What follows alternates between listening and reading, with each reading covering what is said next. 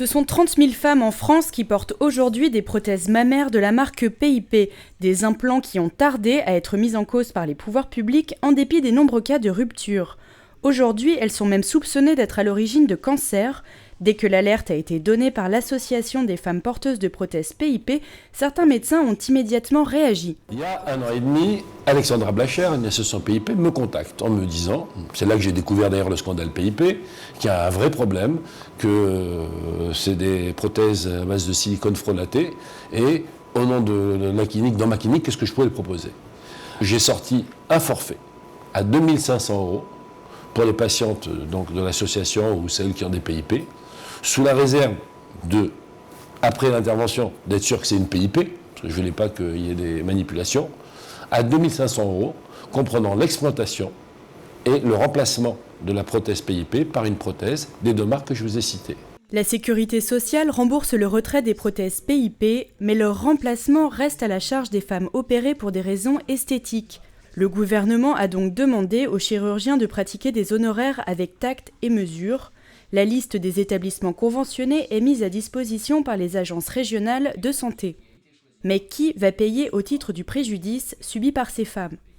2 possibilités pour les médecins, pour les chirurgiens esthétiques d'être mis en cause. La première, un avocat a précisé récemment qu'il allait les poursuivre pour manquement à leur devoir d'information. Cela nécessiterait à mon sens de démontrer que les chirurgiens esthétiques avaient conscience, connaissance des risques de rupture de façon plus fréquente pour les prothèses PIP que pour les autres prothèses. La deuxième éventualité de recours contre les chirurgiens esthétiques, ce serait de prétendre qu'ils sont eux-mêmes responsables du produit qu'ils ont implanté. Une lecture que contestent les médecins, le fabricant étant connu. Selon la loi des produits défectueux, il est d'ailleurs reconnu comme étant responsable de plein droit. Cependant, la société PIP a été liquidée et son dirigeant, Jean-Claude Masse, est en fuite.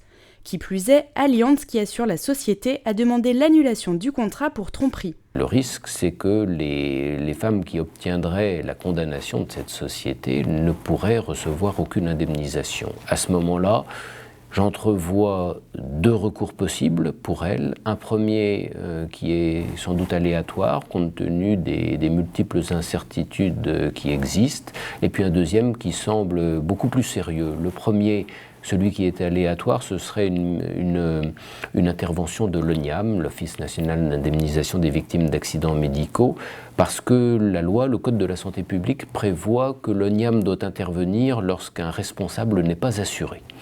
Alors ceci étant, qu'est-ce qu'il faut entendre par « n'est pas assuré » ? Est-ce que l'hypothèse d'une assurance, mais d'une assurance qui n'interviendrait pas parce qu'elle prétend qu'il y a eu de la part de son assuré des fautes qui rendent le contrat non applicable? La deuxième possibilité, à mon sens, beaucoup plus sérieuse, ce serait de saisir la CIVI, la Commission d'indemnisation des victimes d'infractions, qui là peut, elle, intervenir pour indemniser lorsqu'il n'y a pas de responsable solvable et puis par la suite se retourner bien entendu contre le responsable lorsque c'est possible. Beaucoup de femmes sont aujourd'hui mises en difficulté financière.